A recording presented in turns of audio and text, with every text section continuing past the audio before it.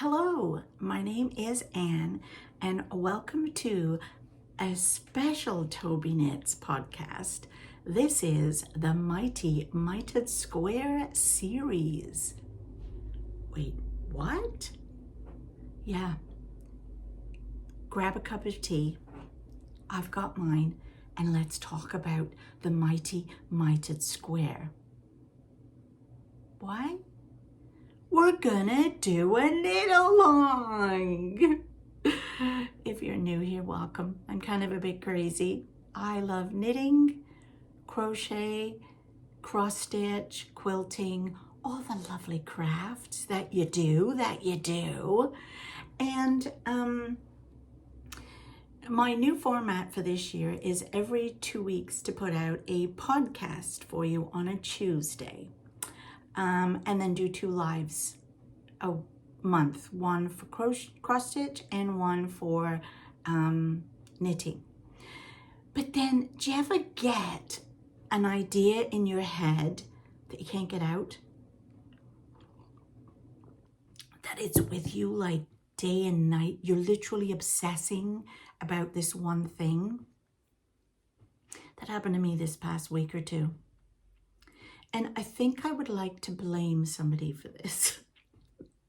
Because it's not my fault. It's not my fault. So Caitlin of the Crazy Sock Lady, it's your fault.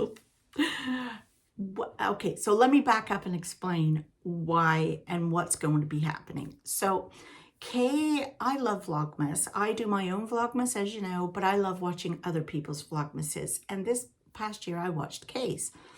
And she was getting minis, advents, each day to open, and decided not to do a grand project with each of them, but to just put a square, one of the colors, into a Mitred Square blanket. And she was going to grow this all year with all her minis.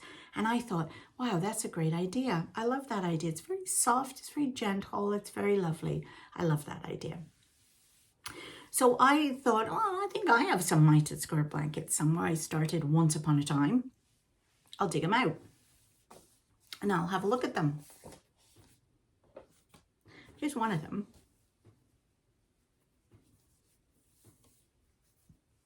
That I started, I think 2 years ago, and that's as far as I got. And I put in some minis. I started it with minis that I had from a Legacy Fiber Arts advent I had years and years ago. And then I started putting all the Ellie Jones from Craft House Magic, all her, what were they called? Mixtape minis that I got every single month for the whole of 2022, I think. Anyway, that's as far as I got. I didn't get very far. And then I started another one, and then another one. Anyway, needless to say, I don't get very far with them. I start them all excited, and that's it. So having watched the way Kay was doing hers, where she starts from the middle instead of doing strips and works her way around and just puts them in when she feels like it, I thought, I like that idea. Maybe I'll do one. Maybe we should do a knit along. And I don't know if you know, but I started hand dyeing yarn and selling it in my Etsy shop all of last year. And this is just some of the yarn I have left over from all the hand-dyed yarn I did that I put into socks last year. So I thought, how lovely would it be to remember all my colors I did and just keep building it up, because I'm still dyeing yarn and I'm still creating sock patterns for the yarn. So it's not going to stop. I may as well keep going and make an actual blanket, and not a blanket that has white in it, one that's just all the colors. So then I thought, maybe you guys would like to join in and do that. How about we do a knit along? So as you know, I do my cross stitch live on the second Friday of the month, but on the 4th Friday of the month is going to be, which will be this Friday, is going to be my knitting live. And I thought, why don't we make that the Mitred Square live? And then I thought, can you see I'm getting a bit carried away with this now? And then I thought, okay, what if you don't know how to make a Mitred Square? So I thought, I'll fix that. So Tuesday, which is today, I'm going to tell you all about the Mitred Squares. Wednesday, I'm going to show you how to make a Mitred Square. And Thursday, I'm going to show you how to attach the Mitred Square to the other one. And Friday, we'll have our live. What? Yeah. And we're going to have a hashtag. I'll put that down here. Our hashtag is going to be TK Mitred Square Cal. So we're going to put that on Facebook. We're going to put that on Instagram. Every time we make a square, we're going to post our picture. You can put it in my Facebook group, Tobyknits and Friends. And oh, we are just going to have so much fun. And this is going to be a whole year project.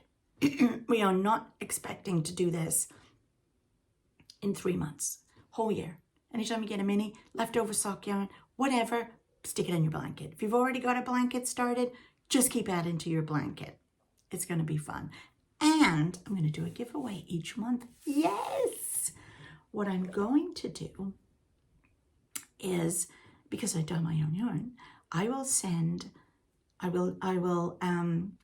get you all to comment on the live, and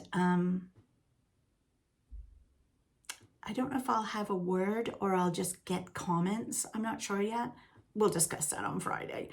And then we will, I'll do a draw after. And so on my first podcast of each month, I will tell you who the lucky winner is, and they will get 10-gram mini of my hand-dyed yarn to add to the blanket. What? It's going to be so exciting. Anyway, so you'll hear more about that on Friday when we do our live, which will be, I'm going to do 2 just to help out and people with different time zones. The first one I'm going to do on YouTube at 11 o'clock for an hour. And then the second one I'm going to do in my Tobyknits and Friends group. So you have to join that. It's free to join. At 2 p.m.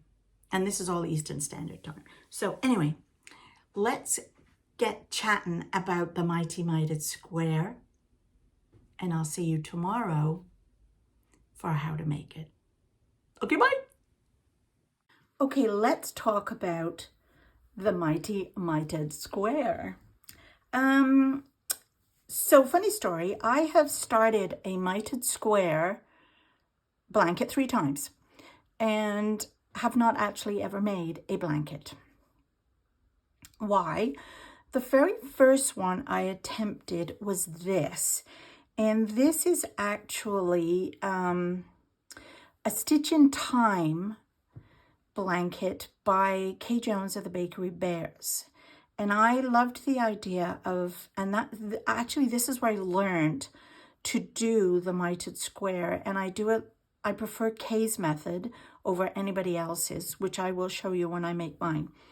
And funnily enough, so what this was it was actually 9 squares in a block, which were then edged with the white, and you would put more of the edging on one side because that would be, you know, your top and bottom, and then the other sides just had the smaller pieces, because when you joined it to the next one, it would become the same width as this, basically.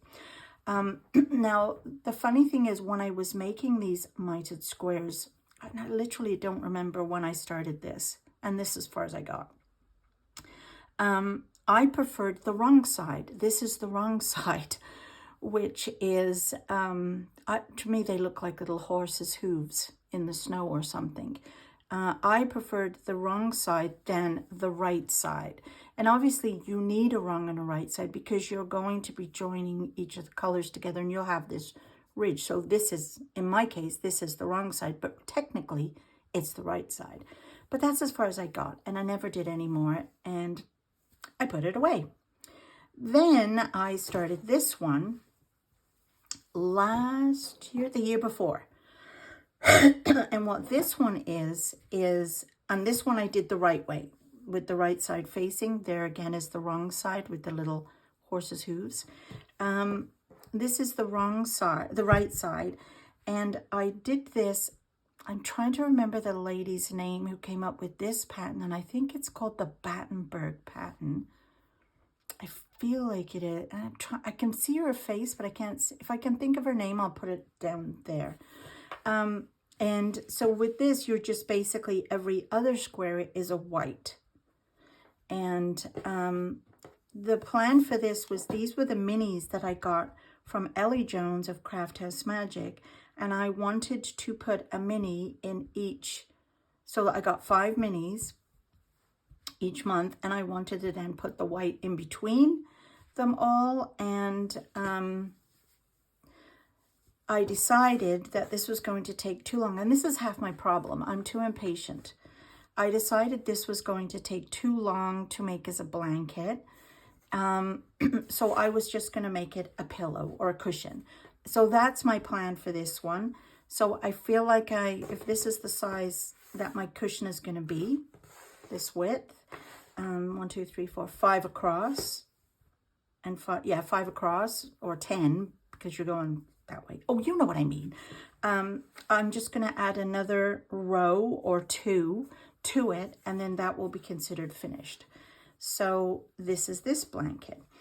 Then this one is also going to be a pillow or cushion, because this is again a Kay Jones project. And what this was my favorite blanket. And these are the colors. Let me get that out the way. These are the colors that I dyed up, or have been, and am still dyeing up for this blanket. And so these were the first 2 colors. But and it's all fingering weight yarn. When we make the blanket, we hold these 2 colors together.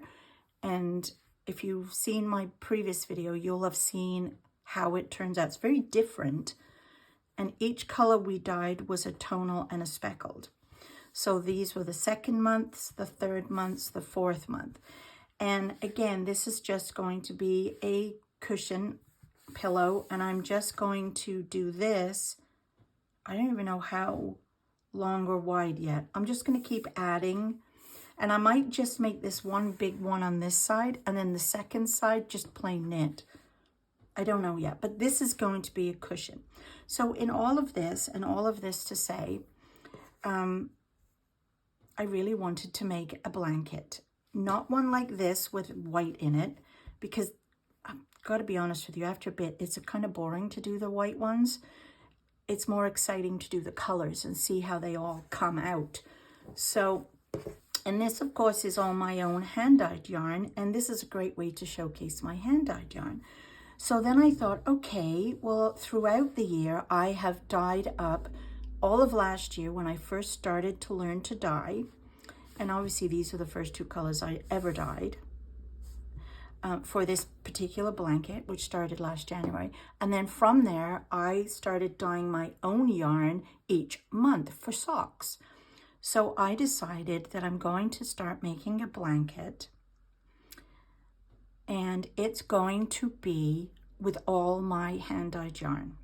I don't know if I'll add this yarn in to it, because of course I still have bits of this left. You don't need much to do a square, really. Like 3 to 5 grams is about it. So because this will be I'll already have this in a pillow, so I don't know if I'm gonna actually need that in, but who knows, I might change my mind. So what I'm going to do is I'm going to show you, and I'm going to start my brand new blanket, bearing in mind that I know that this blanket is going to take me 12 months to make. I'm not going to imagine it's going to happen. It might even take me longer than 12 months. this will just be an ongoing. Are you listening to yourself, Anne? Are you telling yourself you're not going to try to rush this and turn it into a pillow? It's going to be a blanket, Anne. It's going to be a blanket.